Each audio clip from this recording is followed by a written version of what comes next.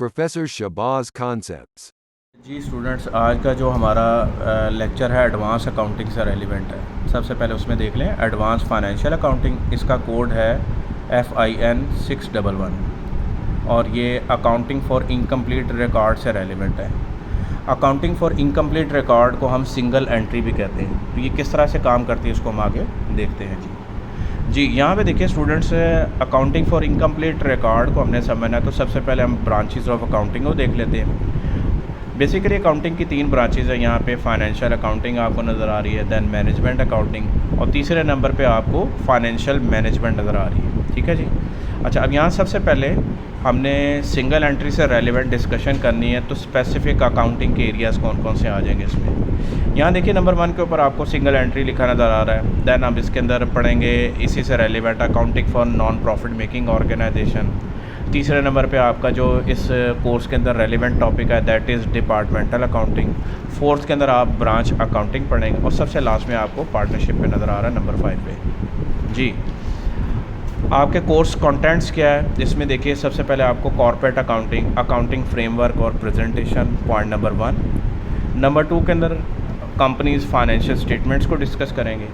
Number 3 के ऊपर जो आपका इंटरनेशनल अकाउंटिंग स्टैंडर्ड से रेलिवेंट टॉपिक है that is investment property. Number 4 के अंदर हम बोरोइंग कॉस्ट को डिस्कस करेंगे। नंबर 5 के अंदर आपका accounting for income tax including the deferred taxation, इस कॉन्सेप्ट को देखेंगे। नंबर 6 के अंदर आ जाएगा events after the balance sheet. Number 7 के अंदर provision and the contingent liabilities and assets. Number 8 के अंदर आ जाएगा accounting policies and changes in accounting estimate. Number 9 के अंदर अर्निंग पर शेयर को पढ़ेंगे। नंबर 10 के अंदर आपके फाइनेंशियल इंस्ट्रूमेंट्स आ जाएंगे। नंबर 11 के अंदर आप कंस्ट्रक्शन कॉन्ट्रैक्ट, और सबसे लास्ट में जो मोस्ट डिफ़िकल्ट इसमें टॉपिक है दैट इज़ ग्रुप अकाउंटिंग। जी, तो स्टूडेंट सबसे पहले हम अपना पहला टॉपिक डिस्कस करते हैं that is accounting for incomplete record, जिसको अक्सर बुक्स के अंदर सिंगल एंट्री के नाम से भी डिस्कस किया जाता है। जी, अच्छा, यहाँ पे स्टूडेंट हम इनकम्प्लीट रिकॉर्ड की तरफ जाएंगे तो सबसे पहले हमें पता होना चाहिए कि अगर हम नॉर्मल अकाउंटिंग के प्रोसेसिंग करते हैं तो उसमें कौन कौन से हमें स्टेप्स गो थ्रू करने पड़ते हैं। तो यहाँ देखिए सबसे पहले हमारा आ जाता है रिकॉर्डिंग, जिस तरह हम जनरल के अंदर रिकॉर्डिंग करते हैं। दैन सेकंड नंबर पे आ रहा है क्लासीफाइंग। लेजर के अंदर हम अकाउंट्स को उनके टाइटल के लिहाज से क्लासीफाई करते हैं। उसके बाद समराइजिंग आती है। फोर्थ के अंदर हम इसकी रिपोर्टिंग बनाते हैं। रिपोर्टिंग के अंदर आप स्टूडेंट ज़हन में रखिए जैसे इनकम स्टेटमेंट आ जाती है, बैलेंस शीट आ जाती है, कैश फ्लो स्टेटमेंट्स आ जाती है, statement of change in equity, और सबसे लास्ट में आ जाता है नोट्स टू द अकाउंट्स है, जिनको हम यहाँ स्टैंडर्ड्स के तौर पे डिटेल में डिस्कस भी करेंगे।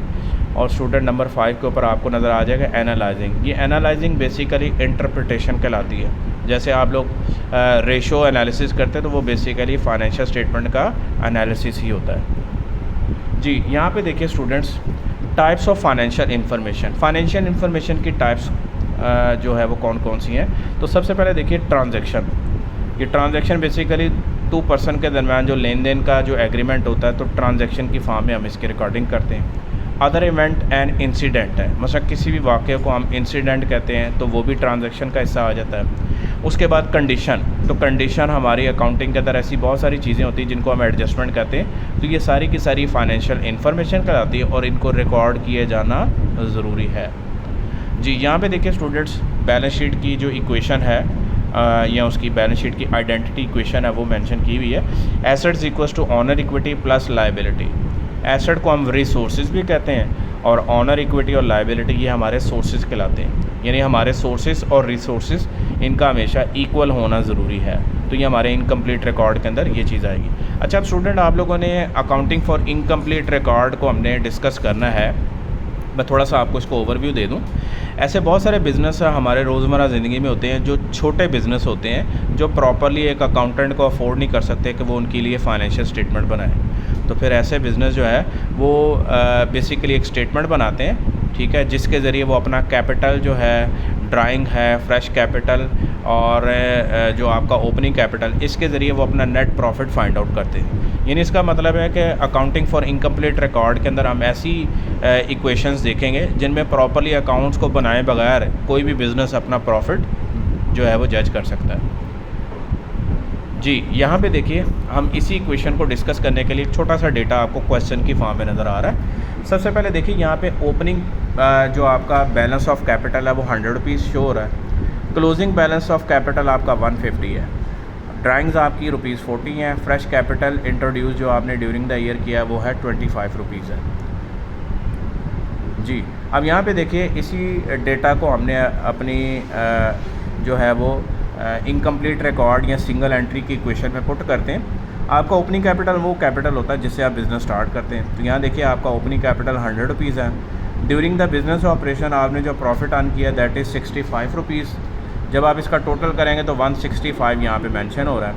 आप ड्यूरिंग द बिज़नेस अगर कोई कैपिटल इंट्रोड्यूस कराते हैं तो वो इसके अंदर ऐड हो जाएगा। तो 165 प्लस 25 190 आ गया। उसके बाद स्टूडेंट अगर आप इसमें से कोई ड्राइंग कर रहे हैं यानी बिज़नेस से कोई कैपिटल निकाल रहे हैं तो ये इसमें से लेस हो जाएगा और फाइनली आपका क्लोजिंग कैपिटल 150 जो है वो यहाँ पे शो हो रहा है सिंगल एंट्री के अकॉर्डिंगली। तो इसका मतलब है कि अगर हम सिंगल एंट्री या अकाउंटिंग फॉर इनकम्प्लीट रिकॉर्ड के तहत अगर हम अपना प्रॉफिट निकालना चाहें तो इसी इक्वेशन को हम रीअरेंज कर लेंगे। तो देखिए रीअरेंजमेंट क्या है, क्लोजिंग कैपिटल के अंदर ड्राइंग ऐड होंगी, फ्रेश कैपिटल और ओपनिंग कैपिटल को अगर हम लेस कर लें तो इस तरीके से कोई भी बिज़नेस अपनी फाइनेंशियल स्टेटमेंट प्रॉपर बनाए बगैर अपना नेट प्रॉफिट फाइंड आउट कर सकता है।